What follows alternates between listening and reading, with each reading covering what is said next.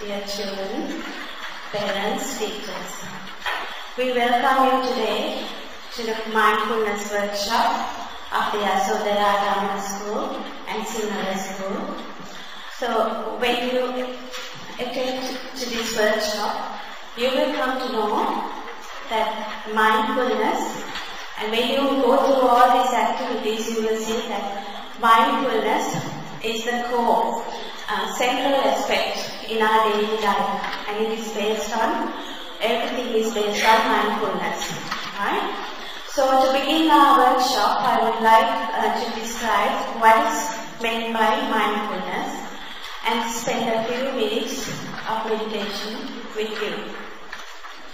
Mindfulness is, now you have to concentrate really well, sit down comfortably and keep listening.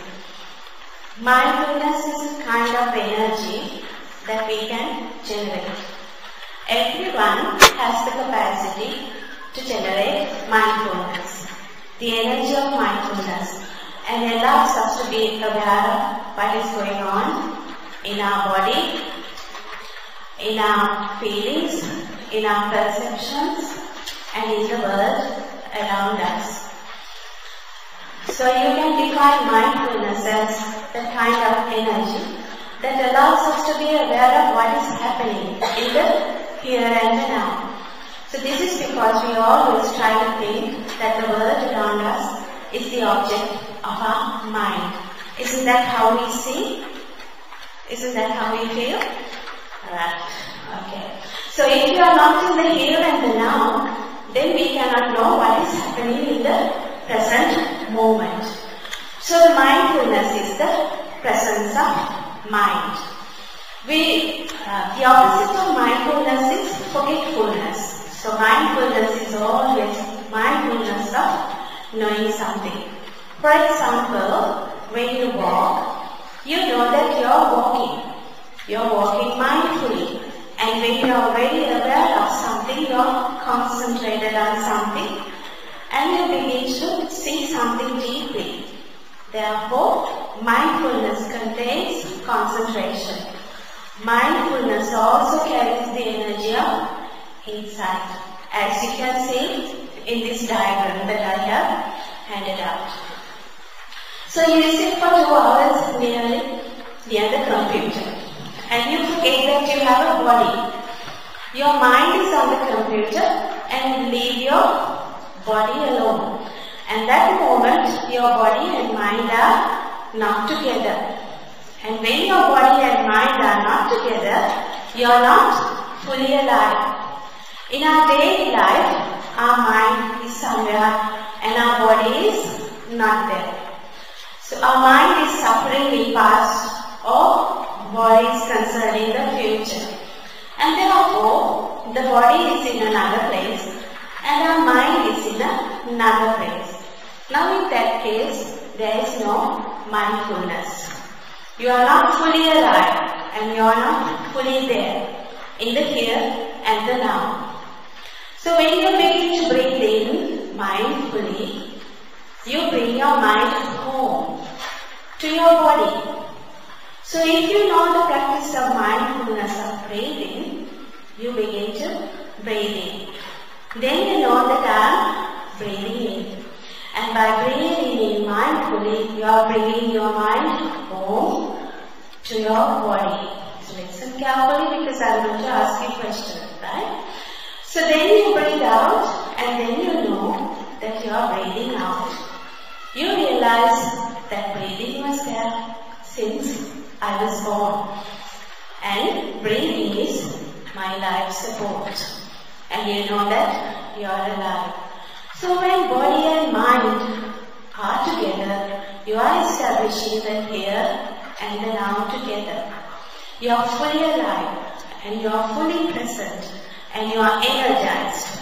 And when you are sitting, walking, washing, eating and sleeping, every moment we are fully alive and do not waste life. So mindfulness is the energy that helps us to bring our mind home to body so that can be established. We are in the here and the now and get in touch with the wonders of our life. and joy. So with mindfulness, concentration and insight, you can deeply go into every moment of your lifetime. You don't waste any moment in your life. You feel alive every moment. You don't regret later in life that you wasted your life. And you will not run after fame, power and sensual pleasure, because you feel joy and happiness in every moment you live. That is the power of mindfulness, concentration and insight. When concentration and mindfulness are powerful enough, then insight is manifested, and with constant practice, wisdom develops. You begin to see the real nature of the mind and see things clearly. A mindfulness of equanimity will arise, and you will understand what is right and what is wrong.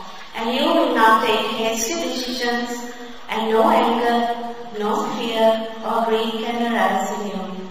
Your mind will be alert, and a natural joy will arise. When the mind is concentrated, your hindrances will be suppressed.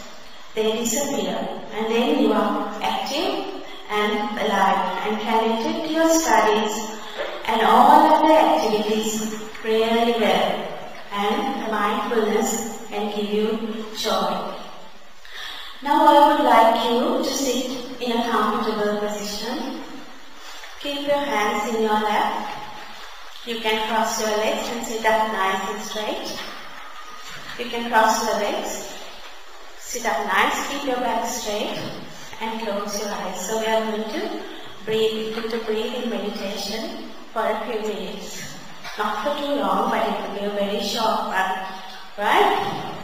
So you close your eyes and you begin to breathe in mindfully. By bringing your mind home to your body, you begin to breathe in. You know that you are breathing. Then you breathe out and know that you are breathing out. Eyes closed, back straight, and be mindful and bring your mind home to your body and start breathing in and out. So breathing in, breathing out, breathing in, breathing out, breathing in, breathing out. When you begin to breathe in mindfully, you bring your mind home to your body, so you know the mindfulness of breathing. Then you try to discover your breath. See whether your breath is a short breath or a long breath. So you breathe in and you breathe out. And try to recognize whether it is a short breath or a long breath. So you keep your eyes closed, be concentrated and focus only on your breath. And that's all you're going to do for this moment, for a short while until you hear the bell. Breathing in, breathing out, breathing in and breathing out.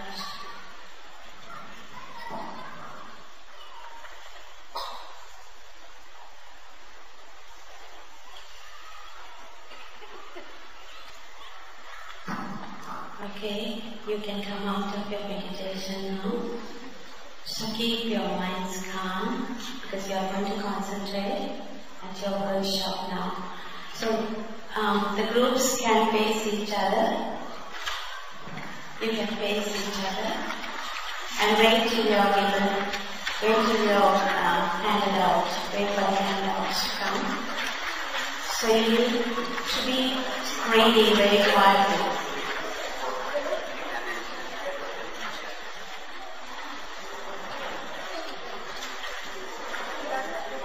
You have 20 minutes to read your scenario, and the group leaders please give you instructions, and then you have to answer the questions.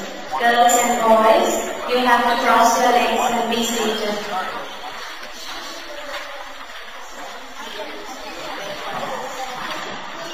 shouldn't be talking. Give the extra.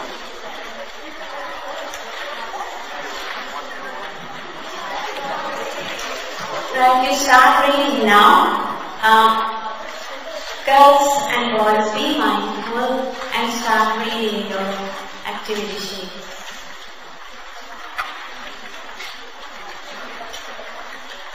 I can still hear some people talking at the end.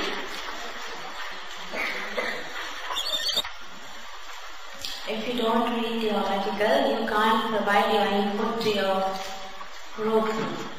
So you need to concentrate really well and read the article.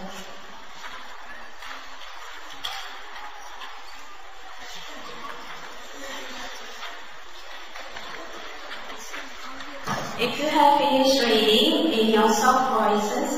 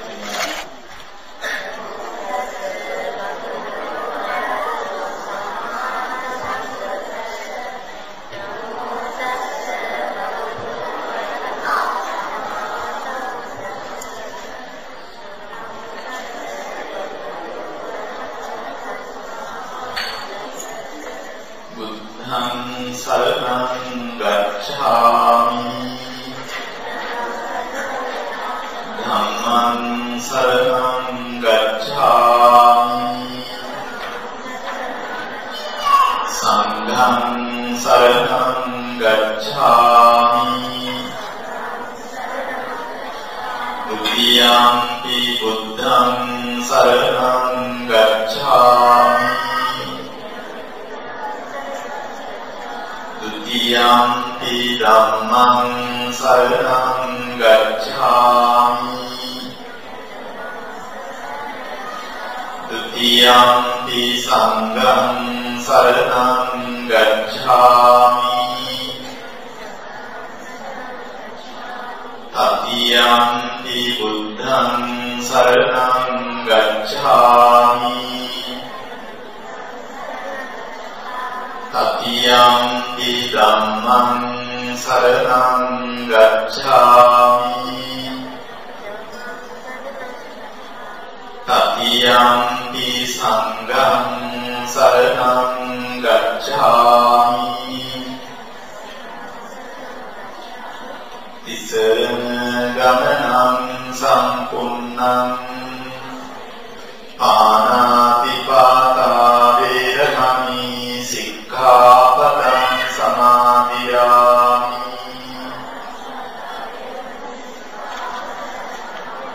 Adinnādāna veramani sikkhapadam samadhiyami.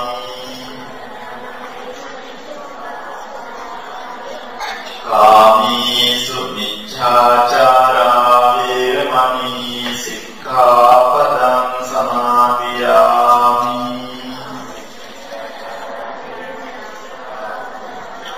Musāvādā veramani sikkhapadam samadhiyami. Suramīre majjapādatthaṇā veramani sikkhapadam samadhiyami.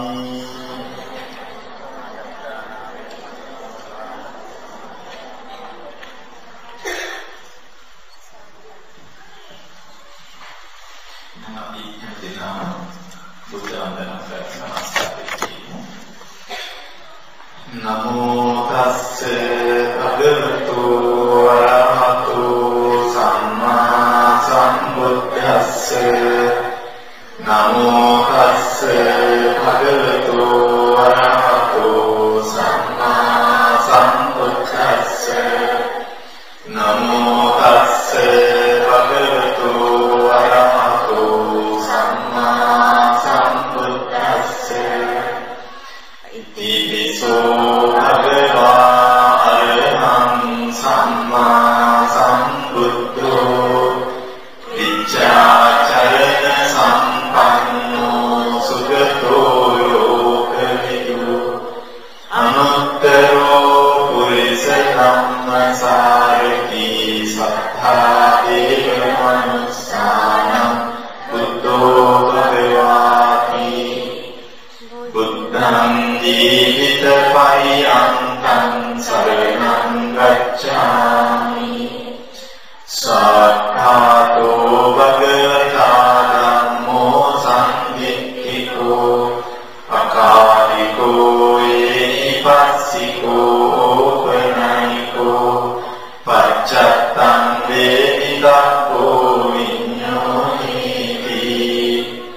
Dhamman jivita pariyantam saranam gacchāmi.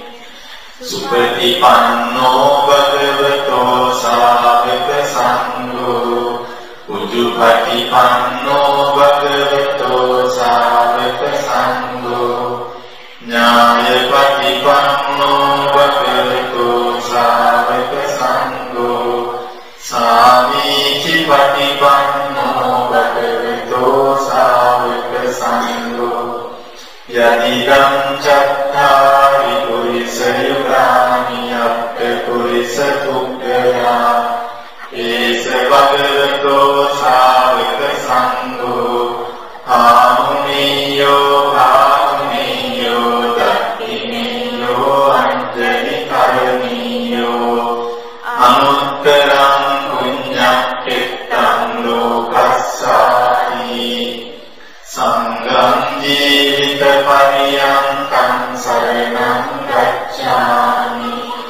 Vandāmi cetiyam sappam saddhāmi supatittikam.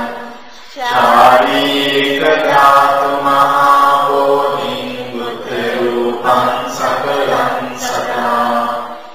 Ganasārappajittena vītena kamadam. Tilogadīpam sambuddham pūjayāmi tamonudam. Vannagandha gunopētam etam kusuma santati. Pūjayāmi munindassa sīpāda sarupuri. Pūjēmi buddham kusumena nena puññena metena caho. Uppannilāyāti yathāi dhammi kāyo tathāyāti nāsatā. Ativāse kuno bhante pāniyam parikappitam. Anukampam upādāya patigannātu muttama. Ativāse kuno bhante vidāna paccayam imam. Upādāya patigannātu muttama. Imāya buddha pūjāya tathāya suddha cetasā. Chiram tikratu saddhammo loko hotu sukhi sata. Imina punya kammena nami vāra samāgamo. Satam samāgamo hotu yāva nibbāna pattiya. Imina punya kammena nami vāra samāgamo. Satam samāgamo hotu yāva nibbāna pattiya. Imina punya kammena nami vāra samāgamo. Satam samāgamo hotu yāva nibbāna pattiya. Okay, group E, and the leader of group E, can you please come forward? Yeah, up to you. Let's see. Auntie Mudini is going to read the case, so you listen carefully, and then the leaders will present their case, alright?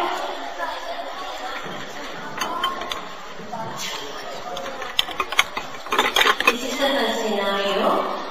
Lisa is a very talented student who got an academic merit scholarship to enter Brisbane Girls Grammar School.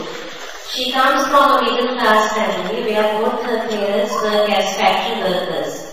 She has 3 siblings who studies in the local primary school.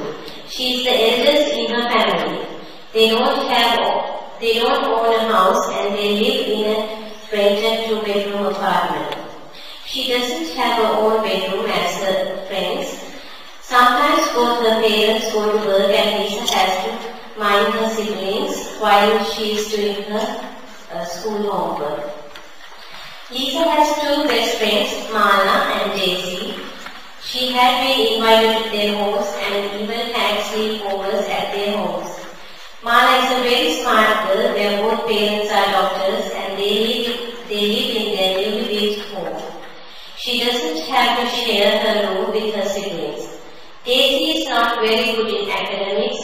a very rich girl, where her parents are directors of a very well-reputed company.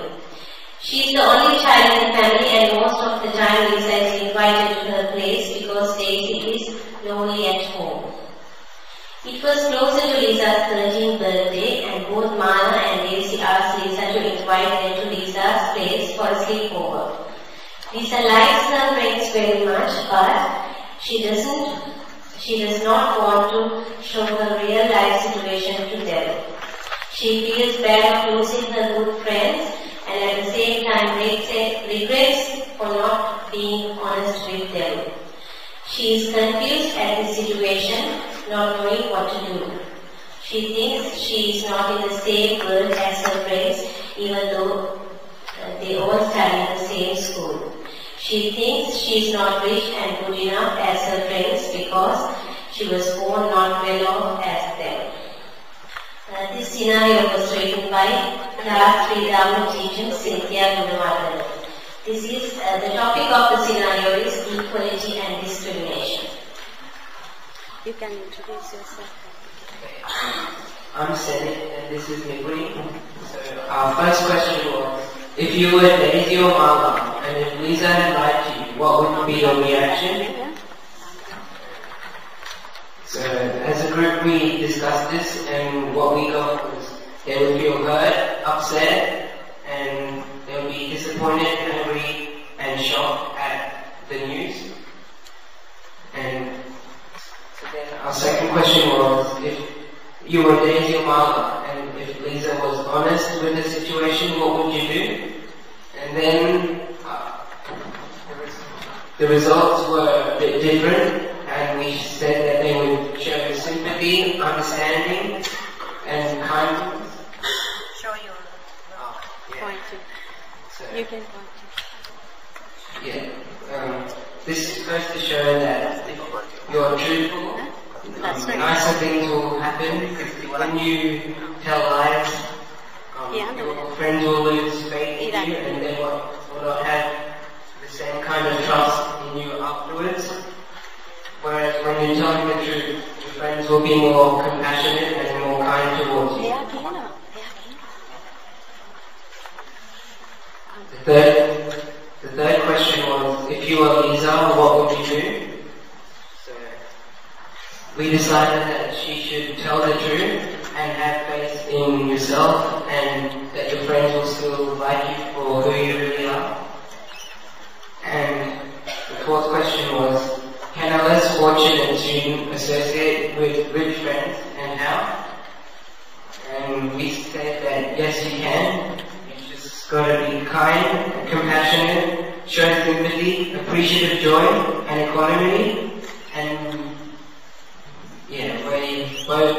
it is easier when both sides are of equal, so compromise and find something where both the rich and the less rich friend can both associate, but where they're on equal terms.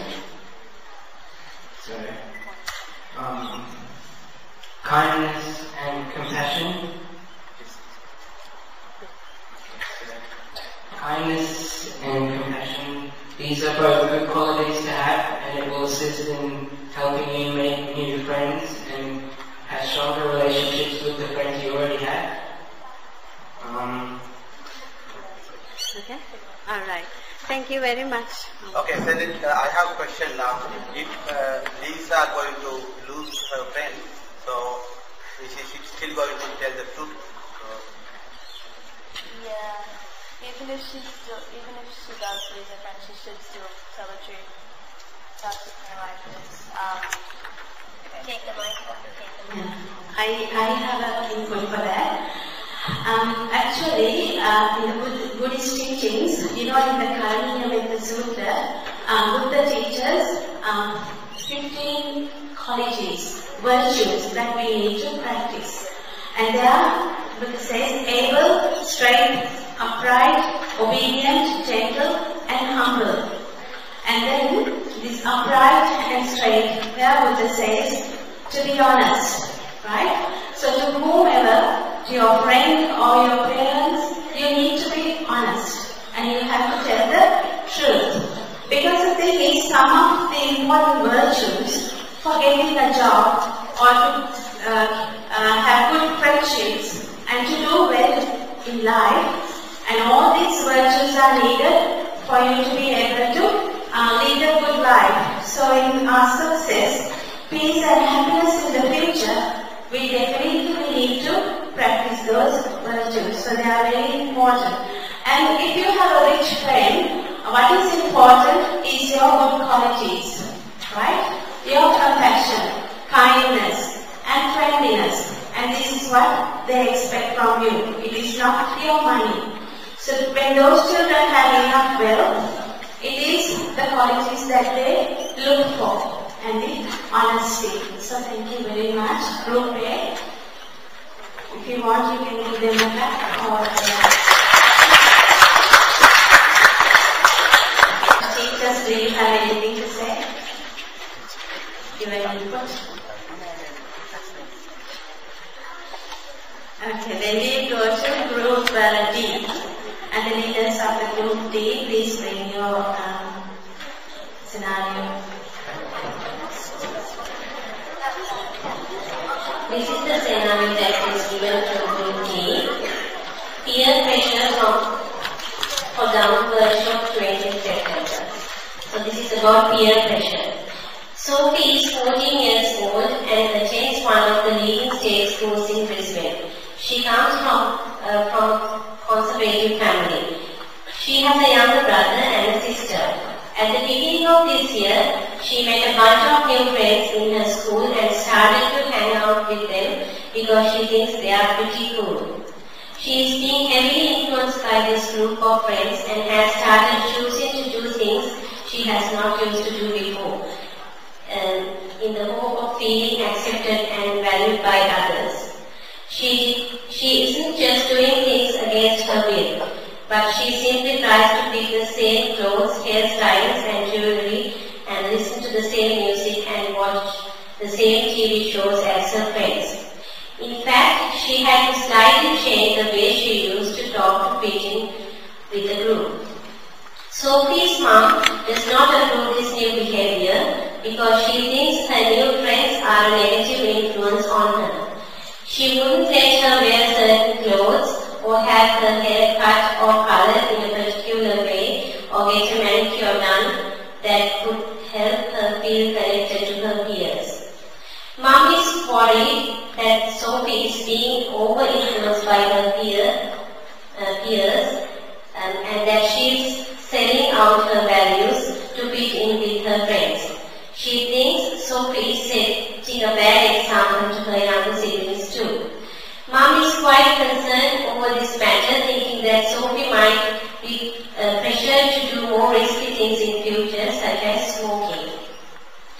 Sophie loves her mom and tries to respect her as best as she could, but she doesn't like it when mom makes judgments about her friends.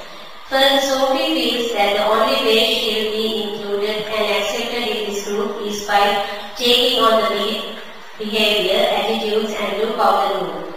But she thinks she knows how to draw the line when it comes to riskier things. Questions. Question number 1. Do you think Sophie is doing the right thing?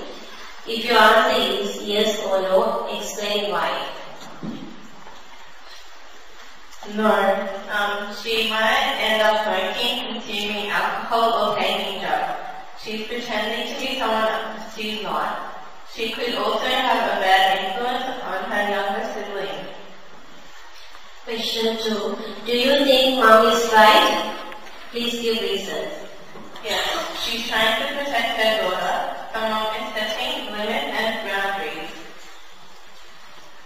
Question 3. If you think Sophie is wrong, how can parents help Sophie to get away from that situation?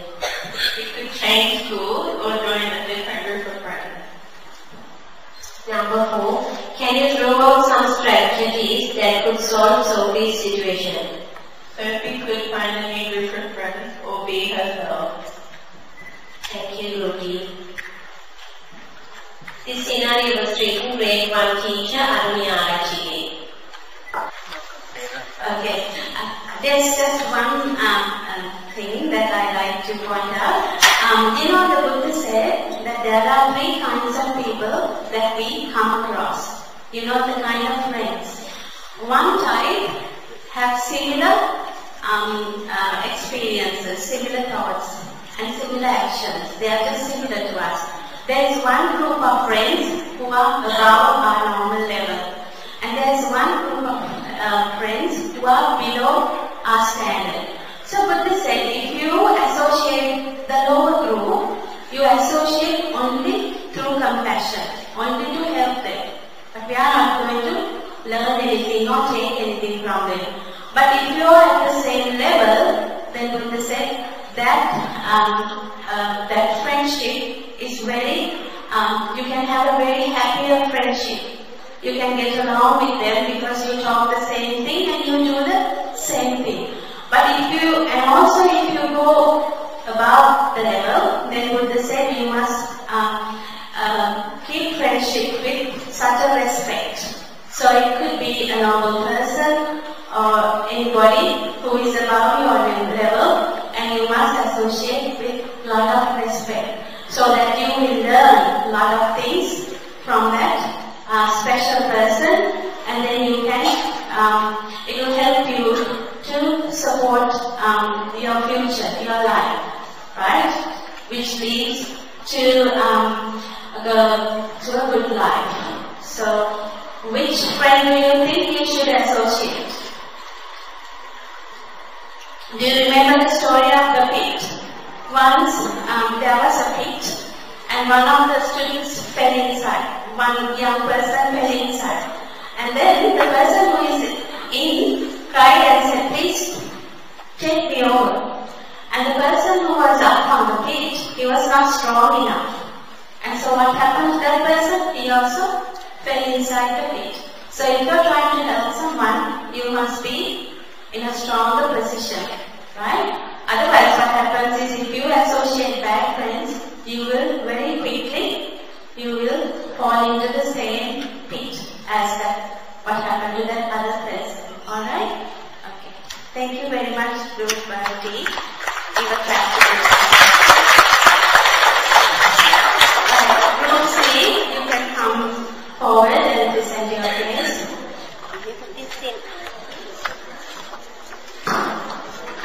This scenario was written by Mr. Rahul Chandra.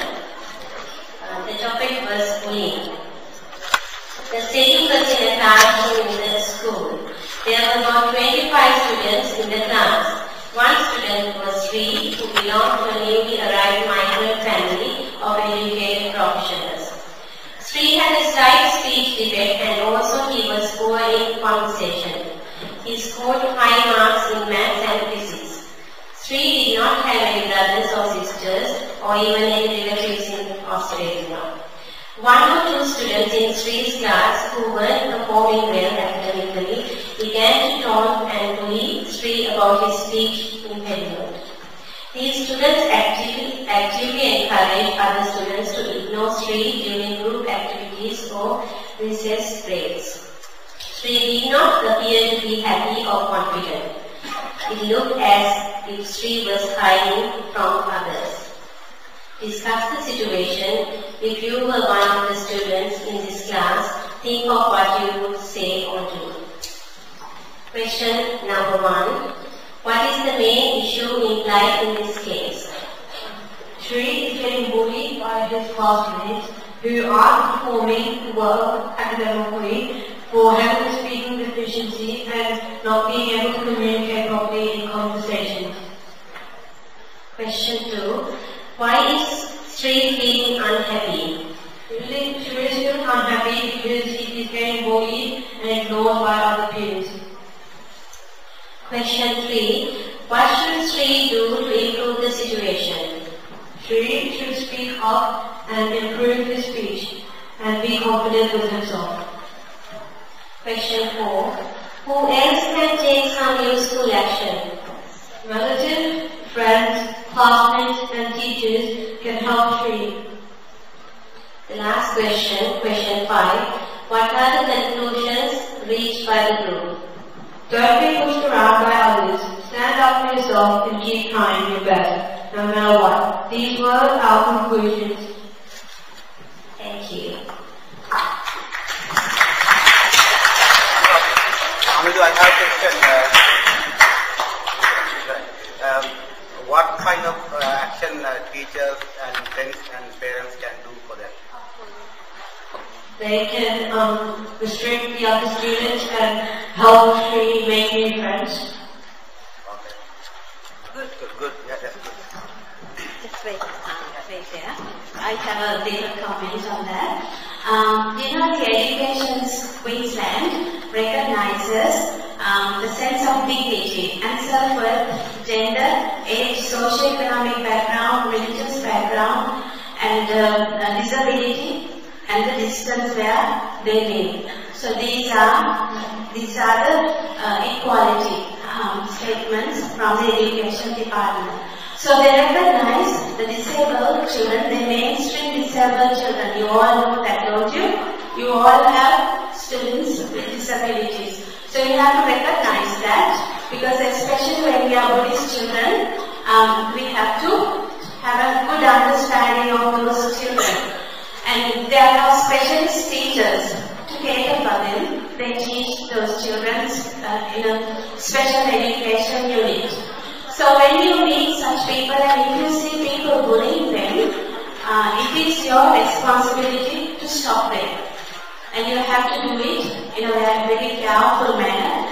And if you can't stop them by saying, then you have to quietly go and let your teachers know, because that is the right thing to do. And don't get into these groups, these bullying groups. Keep away from them, because it is not good. Okay? So thank you very much. So we will have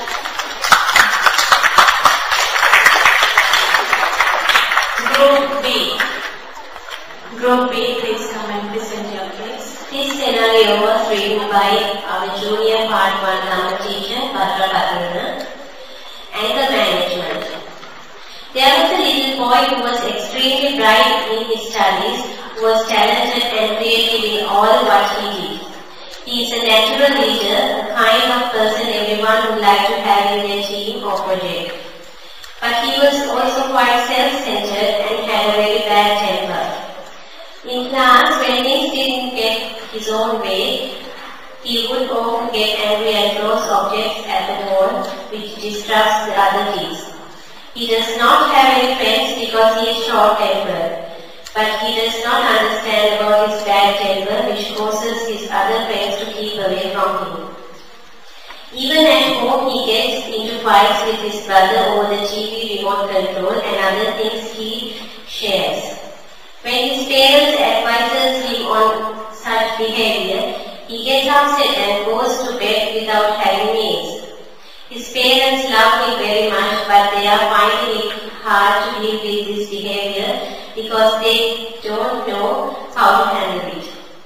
His parents were able to talk to him eventually and explain how his anger is making him and everyone around him unhappy. The intelligent little boy understood his problem and promised not to get angry again. But the very next day, he went back again to his angry behavior. He is unable to control it even though he knows it is bad. Question number 1. If he is one of your classmates, what would you think of him and how would you treat him? Talk to him and try to find a way to resolve the problem, or think of him who requires special advice and attention.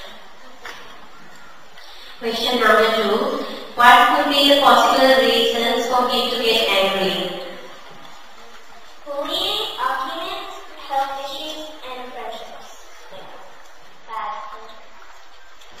Question 3. What could be the bad results of getting angry?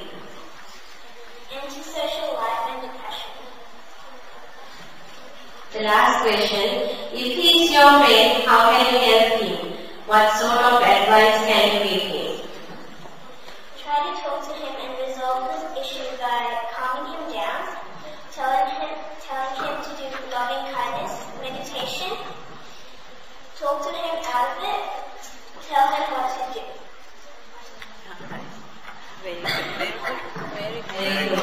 loving kindness meditation is a very good technique. I have a little bit to contribute. If you have an angry student in your class, don't make that person angry, right? Because some people I know, they like to make faces or say something to annoy such people. But when you know that you have such people even around your home, just don't make them angry, because that is not loving kindness. And also consider his good points. Always look at his good points. And nobody is perfect, and we have our faults too. And the other one is, just think that according to this Sudhamma Buddha says, when you see someone angry or annoying, see, I am constitute of karma. So he is his karma, and karma is his inheritance. That person has inherited his karma. And karma is his matrix. Karma is his kinsman. And he is the owner of his inherited karma. So that way also you can reduce your annoyance and anger, right? So if that child, according to what the story is, that child looks as if he's throwing things and he cannot control his anger. So the parents, when children are very young, they have to refer them to the special needs teachers. And in school you have these kind of special needs teachers, and the class teacher has to refer to the special needs teacher. And when you come across children like that, we have sympathy on such children because they can't control such conditions. So be nice to them and help them to get away their problem, and that is the way according to the Buddhist teaching, and that is how we should see things. So they have to be treated when they are very young, otherwise they carry it to the adulthood as well. Alright? So our groups, thank you very much. That was really good. So we already developed loving kindness in meditation, right? Techniques. Right, group A, please come and listen. This scenario was written by our diploma class teacher, Ram Sarachandran. Study skills. The setting was in a classroom in the school. There were about 20 students in the class. There was a door opening to the corridor and 4 windows alongside. Every time someone went past on the corridor, a few students turned their heads to see who was calling. Don and Sam were two of them. When the teacher asked Don or Sam a question on what was just told, they were not able to answer. There were other students who were able to answer the teacher's question. The previous year, both Don and Sam had been good students who were reputed for good memory and understanding. These two students are likely to get low grades in this year.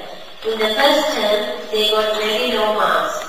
Discuss the situation and work out what should be done to enable the students to recover. The question number 1. What is the main issue implied in this case? Our group has concluded that the primary issue implied in this scenario is that Don and Sam have lost concentration due to lack of mindfulness. Question 2. Why are Don and Sam unable to remember what is taught? They keep looking out of the door and windows to see who is passing by the corridors. Question 3. What improvements are possible? We concluded that the improvements would be to sit away from the windows and doors, close the windows and doors, concentrate in class, keep attention focused and on the teacher. Number 4. Who can take action to fix this situation? The teacher can ensure that the students are focused. Don and Sam can have sustained application to the topics that they are learning in this class. Question number 5. What should the other students do? They should make sure the other students are not losing focus while in class instead of looking at the windows. The last question. How can we improve our memory and learn better? To learn loving kindness meditation, exhibiting zest in their contribution during class and other times. Excellent. Very good. So now we give time to the audience to come and give us some input. And I'm sure Mr. Sarachandran has something to say about the memory. Would you like to come and contribute something towards the... Study skills, as you know, is a very important topic. It has a lot of content. Depending on your age, you may not be too much interested in study skills. But as you pass year 8 and say go to year 9, definitely you need special study skills, which you have to learn either from your parents, or from your elders, or from teachers, or even from successful students in the class. Now, study skills usually revolve from attention. Now, today's workshop is also called mindfulness. The main emphasis theme is mindfulness. And if you don't develop mindfulness, you cannot have attention. For example, when I am speaking here, if somebody passes along that corridor, if all of you turn that means you don't have attention. Why is it that some people don't have attention and some people do have? That is because they are not trained in mindfulness. This is why the temple started mindfulness meditation. And what happens when you don't pay attention to what's going on, you are wasting your life. I think the nun said that at the start, in the introduction, that you are not really struggling if you are not mindful. So, I can't emphasize anymore the importance of mindfulness, and in this particular case that you study the importance of attention. And some people might say, I don't have attention. No, that's not true. According to Abhidhamma, the Buddha has said, as you are born as a child, there are 7 mental states which you come with. You are born in 7 gifted mental states, and one of those is attention.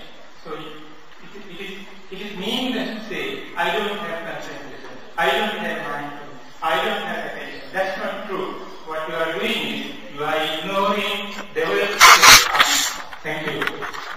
Mommy.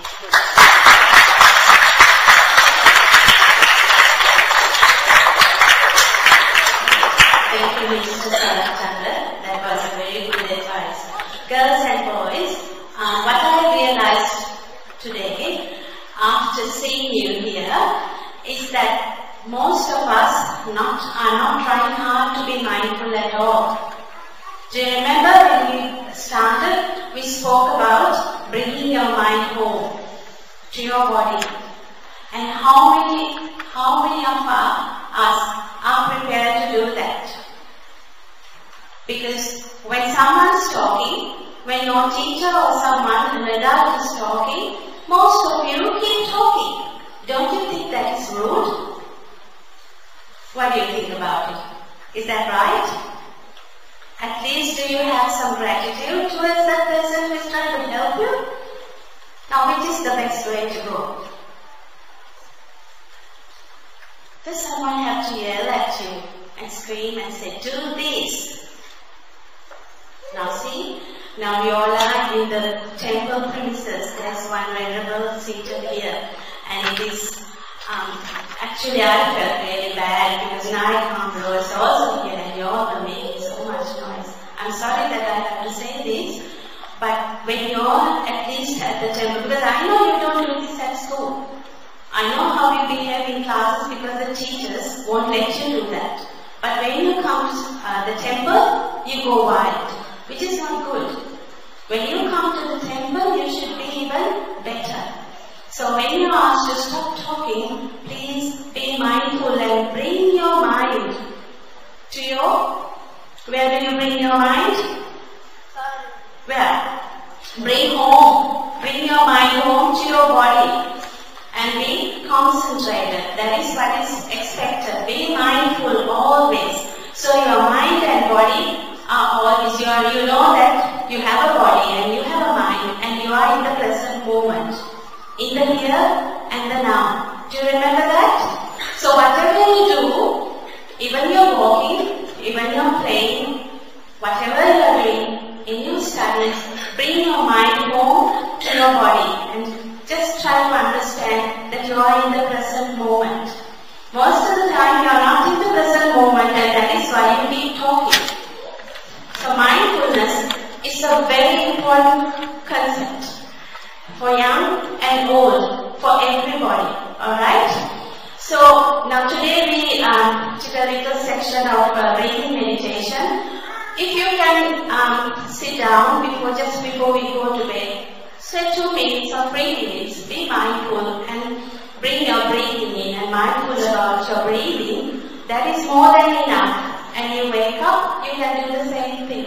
And I know some people do meditation. Because meditation is very good and it energizes you, right? And it improves your attention and concentration so that you can study well and you can attend to all your tasks. Because I can see some children talking at the middle and they are not mindful. Can you see that? This is what happens. Right? I'm very sorry, I don't like to do this, but I have to point out today because it wasn't not that very good. But some of you worked really hard, the leaders did their work well, and all the other kids joined and you gave your input. And thank you very much to the parents and our venerable monks. We really appreciate with all the hard work and all that the venerables came. And our coordinators have worked really hard and the teachers too gave their input. So thank you very much everybody for supporting and helping and coming this afternoon to make this workshop a success. And I think the group might have something to say. So may you all have happy minds, may you all be mindful and be peaceful, happy and be good, right? Okay. So, here, it's the end of the session. Girls and boys, be mindful. Please don't run. Concentrate on what you are doing.